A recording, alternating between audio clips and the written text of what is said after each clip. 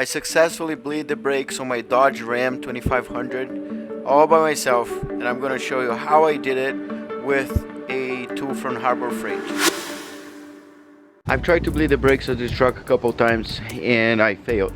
Just on myself, using a bottle, a hose, it didn't work. So I went ahead and bought one of those here. We're gonna test today. 20 some degrees here today. I think 27. So this is very cold, very hard. Here, so this is the deal. As I cover this with my finger and pump that, you see the pressure going up. Can you hear it? So before you do anything, be sure that you clean around here, open your cap, and you have enough fluid. See that little thing out there is the ABS. So it has all the brake outputs. So since it is here, you start from the furthest wheel, which was passenger rear. Now we are gonna go to the driver rear. Then we're gonna go to passenger front and driver front.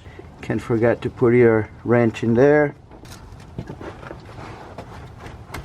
Alright, it's open.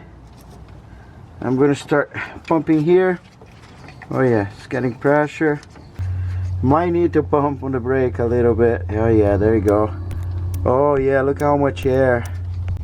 When this liquid comes out solid, we're good.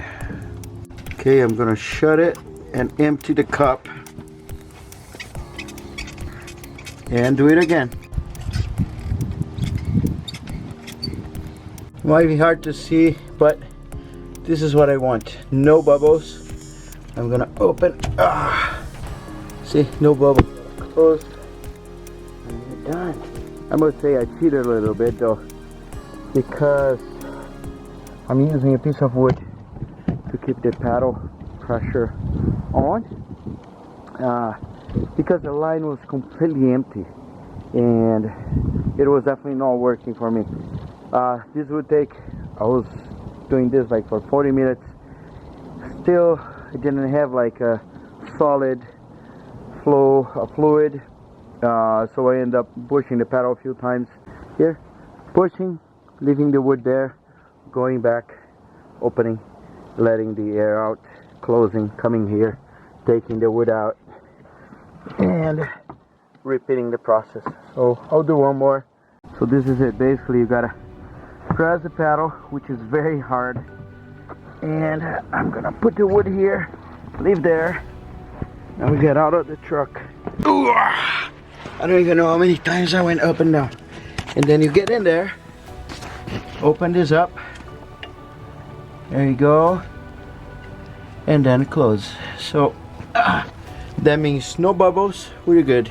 And that's it, guys. I hope this helps you. My truck transfer case exploded, so I had it's a different situation, but bleeding the brakes shouldn't be that hard. And let's hope that it helps you. And